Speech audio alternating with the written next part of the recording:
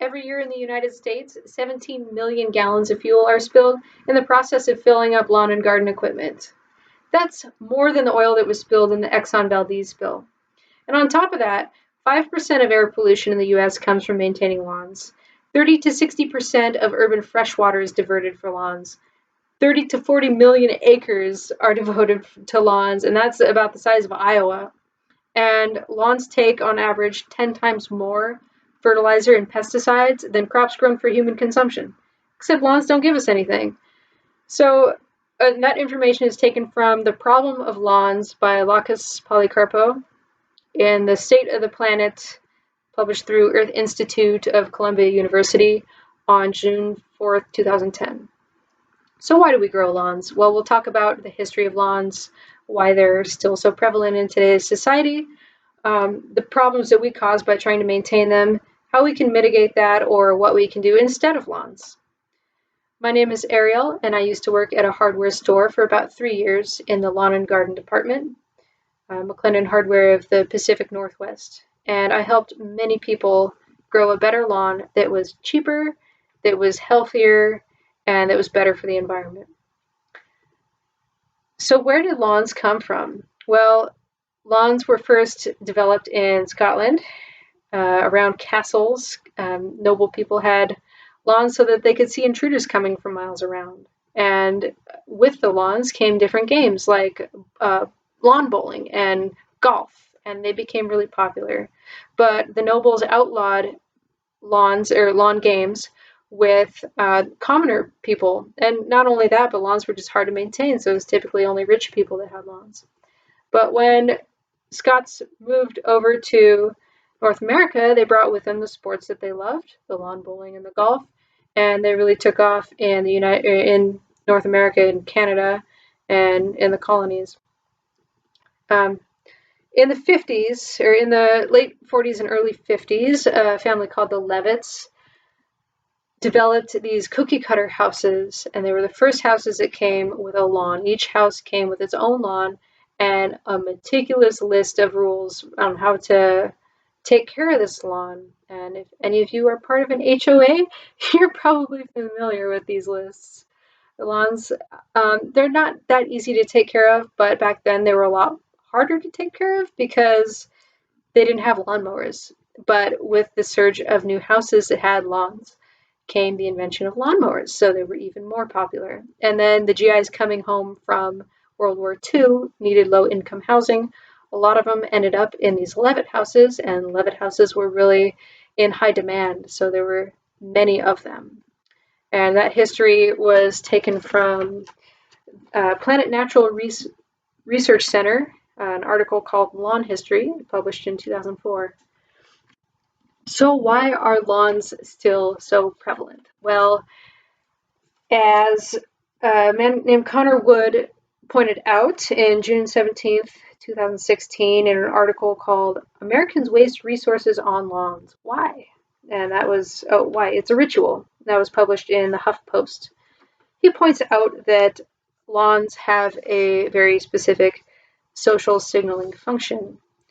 He says, and I quote, "A well-kept lawn is a great example of what animal behaviorists call a costly signal. It takes energy, time, commitment, and resources to keep a lawn looking healthy." And he couldn't be more right. You can let a lawn go for about a week and it starts looking totally unkempt and like no one lives at that house, and your neighbors will judge you on that.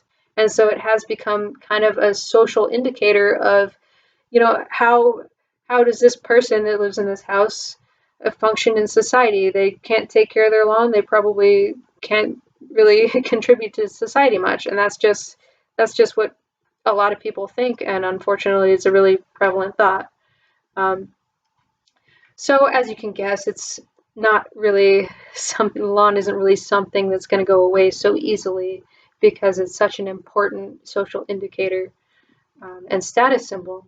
So if you're not ready to get rid of your lawn, I get it, but there are some different maintenance strategies that we can implement to have less of a negative effect on the environment, on your wallet, and on your lawn's health. So what are these things?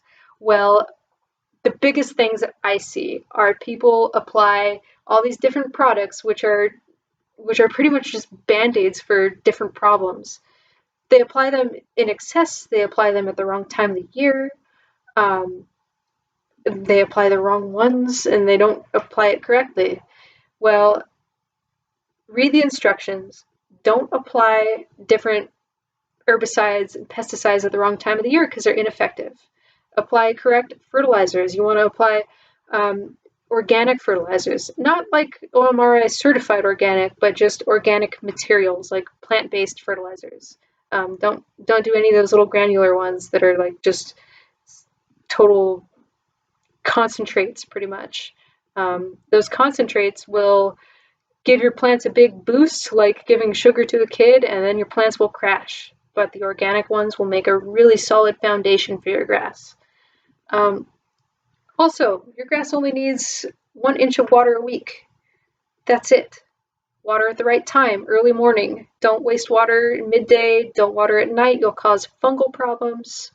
And the final thing you can do is use electric power tools. Electric power tools have come a long way. There's lithium batteries. They last a lot longer.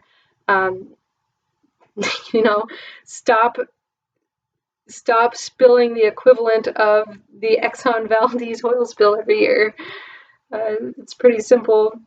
And it's a pretty easy strategy, one-time investment, and then you don't have to spend all that money on gas every year. Another thing you can do is plant clover in your lawn. Clover takes nitrogen from the air, puts it in your soil.